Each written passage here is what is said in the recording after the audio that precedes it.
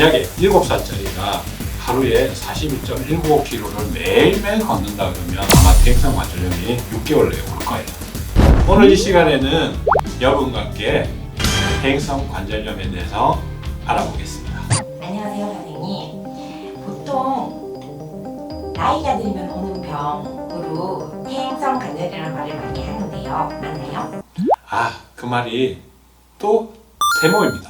나이와 관계없이 오는 질환이라 보는 게 좋겠어요. 자, 퇴행성 관절염이라 하면 우리가 다치거나 과하게 움직이거나 사용량이 많아서 관절이 망가지는 건데요. 당연히 나이가 많으신 분들이 사용량이 많겠죠. 그래서 사용량이 많으신 분들이 관절염이 오는 건 맞는데, 만약에 7살짜리가 하루에 42.195km를 매일매일 걷는다 그러면 아마 퇴행성 관절염이 6개월 내에 올 거예요. 그러니까 나이와 관계없이 과하게 사용할 경우는 관절이 이겨낼 수 없을 정도의 강도로 일을 시키는 그런 상황에서는 누구나 나이와 관계없이 남녀노소 다 올 수 있는 질환이라 할 수 있겠습니다. 그러면 퇴행성 관절염이 어떻게 아픈 건가요?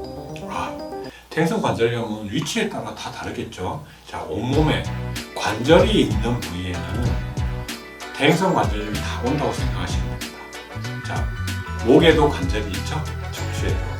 턱에도 턱 관절이 있죠. 자, 관절이 있는 부위는 다 아프기 때문에 증상은 그 부위마다 다 다르겠죠. 물론 우리가 흔히 알고 있는 무릎, 발목, 손가락, 발가락, 손목, 팔꿈치, 어깨 어디든지 올 수 있는 겁니다. 이 턱 관절 예를 들면 입을 벌릴 때 아파요, 하품할 때 아파요, 씹을 때 아파요. 그 다음 이를 갈 때 아파요. 또 어깨를 보면 어깨에도 관절이 여러 개가 있어요. 예를 들면 팔을 움직이는 요거 어깨에 큰 팔을 움직이는 관절이 있을 뿐만 아니라 쇄골하고도 여기 연결되는 관절이 있을 수 있고, 날개뼈랑 그리고 뒤에 있는 늑골이랑 부위가 연결되는 그런 관절도 있어요. 관절은 우리 온몸에 뼈하고 뼈가 연결되는 부위에 다 있다고 생각하시면 돼요. 대신 관절의 종류가 다르다. 퇴행성 관절염은 관절이 있는 부위는 과하게 사용하면 어디든지 온다.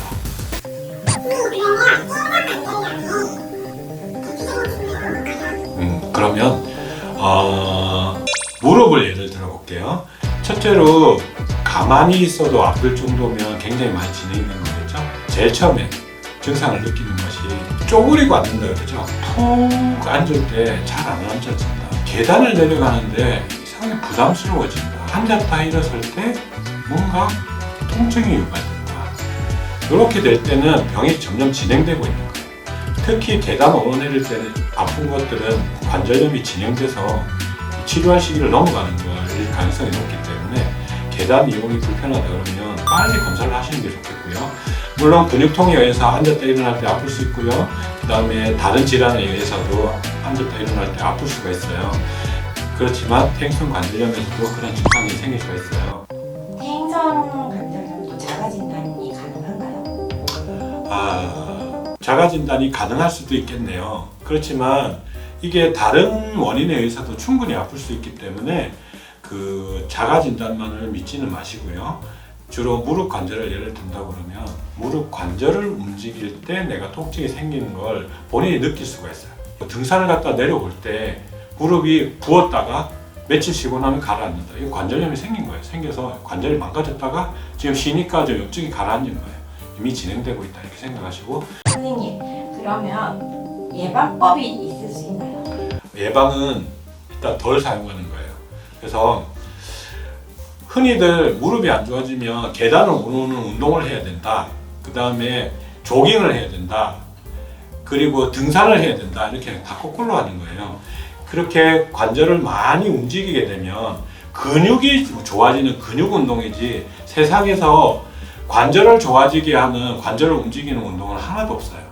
그래서 관절을 과하게 움직이지 않게 그렇게 사용량이 과하지 않게 하는 게 예방법이라 할 수 있겠는데요. 아까 말씀드렸다시피 등산이 좋지 않고요. 계단 오르내리는 운동 좋지 않고요. 그리고 마라톤 같이 오래 지속적으로 관절에 자극이 가는 것도 좋지 않아요. 그래서 나는 젊은데 20대인데 마라톤을 300개 이상 완주를 했는데 무릎 안 아픈데요. 이분은 젊기 때문에 아직 관절염을 이겨내는 상태에 있기 때문에 그렇지만 한 5년만 더 뛰면 아마 환자로 병원에 오게 될 겁니다.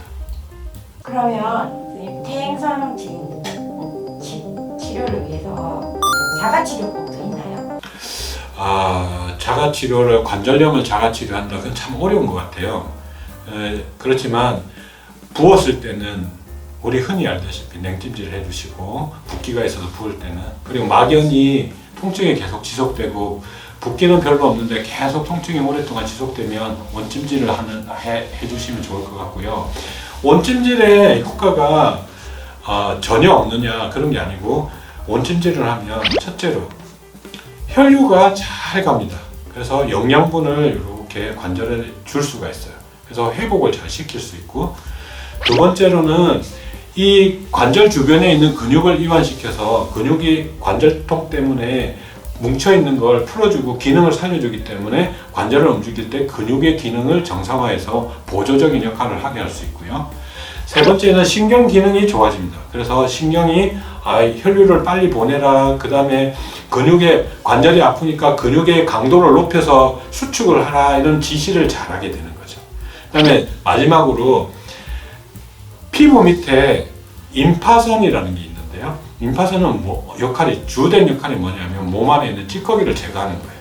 그래서 피부 밑에서 이렇게 흐르고 있는데 얘는 무릎이 부으면 위로 순환을 할 수 있어요. 심장으로 보내서 이 찌꺼기를 비장으로 보내고 이렇게 해서 소독을 하고 신장으로 이렇게 내보내야 되는데 그 기능을 못하는 거죠. 그래서 관절이 부어 있으면 그 위로 피부 밑으로 이렇게 임파선이 지나가지 못해. 그러면 자꾸 찌꺼기가 몸에 쌓이는 거죠. 찌꺼기가 쌓이면 얘가 염증을 유발할 가능성이 높고 혈류를 타고 관절염 부위에 갈 수도 있고 그러니까 이중고를 겪게 되는 거죠.